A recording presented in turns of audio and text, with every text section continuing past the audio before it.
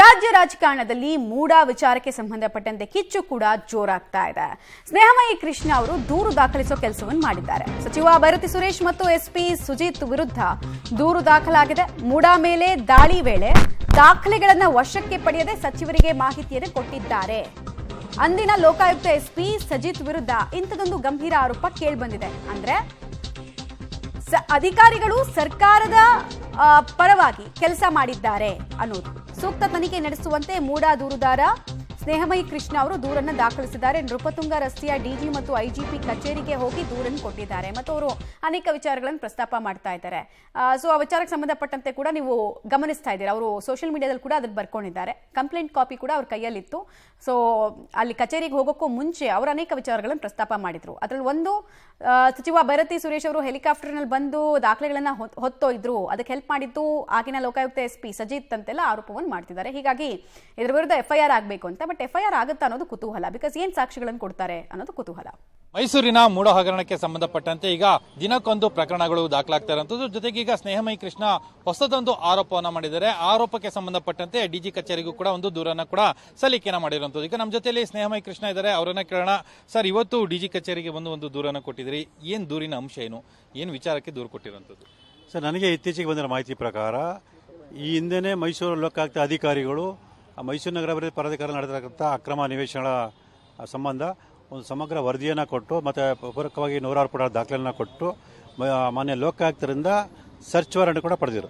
ಆ search warrant ಆಧಾರದ ಮೇಲೆ ಮೈಸೂರು ನಗರಾಭಿವೃದ್ಧಿ ಪ್ರಾಧಿಕಾರದ ಮೇಲೆ ದಾಳಿ ನಡೆಸಿ ಅಲ್ಲಿರ್ತಕ್ಕಂಥ ಕೆಲವು ಪ್ರಮುಖ ಕಡತಗಳನ್ನು ವಶಪಡಿಸಿಕೊಳ್ಳೋ ಸಂದರ್ಭದಲ್ಲಿ ಈ ಮಾಹಿತಿಯನ್ನು ಅಂದಿನ ಮೈಸೂರು ಲೋಕಾಯುಕ್ತ ಪೊಲೀಸ್ ಅಧೀಕ್ಷಕರಾಗಿದ್ದ ಸಜಿತ್ ರವರು ಸಚಿವರಾದ ಶ್ರೀ ಭೈರತಿ ಸುರೇಶ್ ಅವರಿಗೆ ಮಾಹಿತಿ ಕೊಟ್ಟಿರೋದ್ರಿಂದ ಆ ಭೈರತಿ ಸುರೇಶ್ ಅವರು ಹೆಲಿಕಾಪ್ಟರ್ನಲ್ಲಿ ಮೈಸೂರಿಗೆ ಬಂದು ನಗರಾಭಿವೃದ್ಧಿ ಪ್ರಾಧಿಕಾರ ಕೆಲವು ಕಡತಗಳನ್ನು ತಗೊಂಬಂದಿದ್ದಾರೆ. ಸೊ ಇದು ಗಂಭೀರದ ವಿಚಾರ ಆಗಿದೆ. ಸೊ ಈ ರೀತಿ ಸಹಕಾರ ಮಾಡಿದಂಥ ಸಜಿತ್ ರವರಿಗೆ ಮೈಸೂರು ಲೋಕಾಯುಕ್ತದಿಂದ ಬೆಂಗಳೂರಿನ ಆಯಾಕಟ್ಟು ಜಾಗಕ್ಕೆ, ಅಂದರೆ ಬೆಂಗಳೂರಿನ ಉಪ ಪೊಲೀಸ್ ಆಯುಕ್ತರ ಜಾಗಕ್ಕೆ ಅವ್ರು ನೇಮಕ ಮಾಡಿದ್ದಾರೆ. ಸೊ ಇದೆಲ್ಲ ನೋಡಿದಾಗ ಗೊತ್ತಾಗುತ್ತೆ ಆರೋಪಿಗಳ ವಿರುದ್ಧ ಕ್ರಮ ತಗೊಳ್ಳಬೇಕಾದಂತ ಒಬ್ಬ ಜವಾಬ್ದಾರಿ ಅಧಿಕಾರಿ. ಈಗ ಮೂಡಾದ ಮೇಲೆ ರೇಡನ್ನ ಮಾಡಿದ್ರು ಅಂತ ಹೇಳಿದ್ರು. ರೇಡನ್ನ ಮಾಡಿ ಸರ್ಚ್ ವಾರೆಂಟ್ ಅನ್ನ ಪಡ್ಕೊಂಡು ರೇಡ್ ಮಾಡಿ ಕೆಲವೊಂದು ದಾಖಲಾತಿಗಳನ್ನ ಪಡ್ಕೊಂಡ್ರು ಅಂತ. ಯಾವ ಪ್ರಕರಣಕ್ಕೆ ಸಂಬಂಧಪಟ್ಟಂತೆ ಅವರು ತೆಗೆದುಕೊಂಡಿದ್ರು?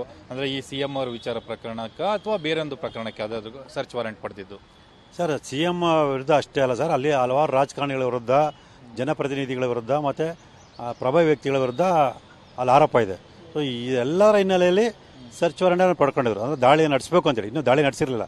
ಸೊ ದಾಳಿ ನಡೆಸೋ ವಿಚಾರವನ್ನೇ ಪೊಲೀಸ್ ಅಧೀಕ್ಷಕರು ಸಚಿವರಿಗೆ ಗಮನಕ್ಕೆ ತಂದು ಈ ಕೃತ್ಯವನ್ನು ಮಾಡಿರೋಂಥದ್ದು. ಸೊ ಇದರ ಬಗ್ಗೆ ಸಮಗ್ರ ತನಿಖೆ ನಡೆಸಬೇಕು ಅನ್ನೋ ವಿಚಾರದಲ್ಲಿ ನಾನು ದೂರಜನೆ ಕೊಟ್ಟಿದ್ದೆ. ಯಾವಾಗ ಇದಾಕಿರೋಂಥದ್ದು, ಅಂದರೆ ಡಾಕ್ಯುಮೆಂಟ್ಗಳನ್ನ ತೆಗೆದುಕೊಂಡು ಹೋಗಿರೋಂಥದ್ದು ಯಾವ ಡೇಟು ಅಂತ ಏನಾದರೂ ನಿಮ್ಗೇನು ಕನ್ಫರ್ಮೇಷನ್ ಇದೆಯಾ? July 25, 26 sir. ನಿಮ್ಗೆಲ್ಲರೂ ಗೊತ್ತಾಗಿದೆ. ಜುಲೈ 26ನೇ ತಾರೀಕು ವಿಧಾನಸಭಾ ಆವರಣದಲ್ಲಿ ಮುಖ್ಯಮಂತ್ರಿ ಸಿದ್ದರಾಮಯ್ಯ ಅವರು ಒಂದು ಪತ್ರಿಕಾಗೋಷ್ಠಿಯನ್ನು ಮಾಡಿ ದಾಖಲಾತಿಗಳು ಬಿಡುಗಡೆ ಮಾಡಿದ್ರು. ಆ ದಾಖಲಾತಿಗಳು ಬಹುಶಃ ಈ ಸಚಿವ ಭೈರತಿ ಸುರೇಶ್ ಏನು ತಂದಿದ್ರು ಆ ಕಡತಲ್ಲಿದ್ದಂಥ ದಾಖಲಾತಿಗಳನ್ನು ಅವ್ರು ಬಿಡುಗಡೆ ಮಾಡಿದ್ರು ಅಂತ ಅನುಮಾನ ಇದೆ. ಸೊ ತನಿಖೆ ನಡೆದಂತೆ ಎಲ್ಲ ಸಮಗ್ರ ಮಾಹಿತಿ ಸಾಕ್ಷ್ಯಗಳು ಸಿಗಲಿದೆ. ನೀವೊಂದು ನೇರವಾದ ಆರೋಪವನ್ನು ಮಾಡ್ತಿದ್ದೀರಿ, ಭೈರತಿ ಸುರೇಶ್ ಅವರೇ ಬಂದಿದ್ರು, ಖುದ್ದಾಗಿ ಹೆಲಿಕಾಪ್ಟರ್ ಮೂಲಕ ತೆಗೆದುಕೊಂಡು ಹೋಗಿದ್ರು ಅನ್ನೋದ್ರ ಬಗ್ಗೆ ಮಾಹಿತಿ ಇದೆ ಅಂತೇಳಿ. ಅದಕ್ಕೆ ಪೂರಕವಾದ ದಾಖಲಾತಿಗಳು ಅಥವಾ ಅದಕ್ಕೆ ಪೂರಕವಾದ ಏನಾದರೂ ಮಾಹಿತಿಗಳೇನಾದರೂ ನಿಮ್ಮ ಹತ್ರ ಬಳಿ ಇದೆಯಾ? ಸರ್, ನನ್ನ ಹತ್ರ ಮಾಹಿತಿ ಇರೋದನ್ನು ದೂರರ್ಜನೆ ಕೊಟ್ಟಿದ್ದೀನಿ. ಆ ಮಾಹಿತಿಯನ್ನು ಆಧರಿಸಿ ತನಿಖೆ ನಡೆಸೋ ಸಂದರ್ಭದಲ್ಲಿ ಸೊ ಎಲ್ಲ ಪೂರಕ ಸಾಕ್ಷ್ಯಗಳು ಸಿಗುತ್ತೆ ಸರ್. ಈಗ ನಾನು ಏನು ದೂರರ್ಜನೆ ಕೊಟ್ಟು ಪ್ರಮುಖವಾಗಿ ಆ ಭೈರತಿ ಸುರೇಶು ಮತ್ತು ಏನು ಪೊಲೀಸ್ ಅಧೀಕ್ಷಕರಾಗಿದ್ದ ಸಜಿತ್ ರವರು ಸಂಚಾರಿ ದೂರಣ ದಾಖಲೆಗಳನ್ನ ಪಡ್ಕೊಂಡು ಟವರ್ ಲೊಕೇಶನು, ಕಾಲ್ ಡೀಟೇಲ್ಸ್ ತಗೊಂಡು ಪರಿಶೀಲನೆ ಮಾಡಿ ಅಂತ ಹೇಳಿದ್ರು. ಆ ದಾಖಲೆಯನ್ನು ನಾನು ಪಡ್ಕೊಳಕ್ಕಾಗಲ್ಲ. ಆ ದಾಖಲೆನ ಪೊಲೀಸರಿಗೆ ಅಷ್ಟೇ ಪಡೆಯೋಕ್ಕೆ ಸಾಧ್ಯ ಇರೋದ್ರಿಂದ ಅವರು ಪಡ್ಕೊಂಡು ತನಿಖೆ ಮಾಡಿದಾಗ ನಾನೇನು ಆರೋಪ ಮಾಡಿ ಅದು ಸ್ಪಷ್ಟವಾಗಿ ಸಾಬೀತಾಗುತ್ತೆ. ಯಾವ ಪ್ರಮುಖ ದಾಖಲೆ ಅವರು ಎತ್ಕೊಂಡು ಬಂದಿದ್ರು ಅಂತ ನಿಮ್ಮ ಆರೋಪ ಇರೋಂಥದ್ದು? ಅದೇ ಮಾನ್ಯ ಮುಖ್ಯಮಂತ್ರಿಯಾದ ಸಿದ್ದರಾಮಯ್ಯ ಮತ್ತು ಇತರೆ ಪ್ರಮುಖ ರಾಜಕಾರಣಿಗಳಿಗೆ ಸಂಬಂಧಪಟ್ಟ ಕಡತಗಳನ್ನು ತಂದಿದ್ದಾರೆ ಅಂತ ಮಾಹಿತಿ ಇದೆ. ಓಕೆ, ನೀವು ದೂರಲ್ಲಿ ಏನು ಕೊಟ್ಟಿದ್ದೀರಿ, ಏನು ಆಗ್ರಹ ಮಾಡಿದಿರಿ ಡಿ ಜಿ ಅವರು ಕೊಟ್ಟಂಥ ದೂರದಲ್ಲಿ?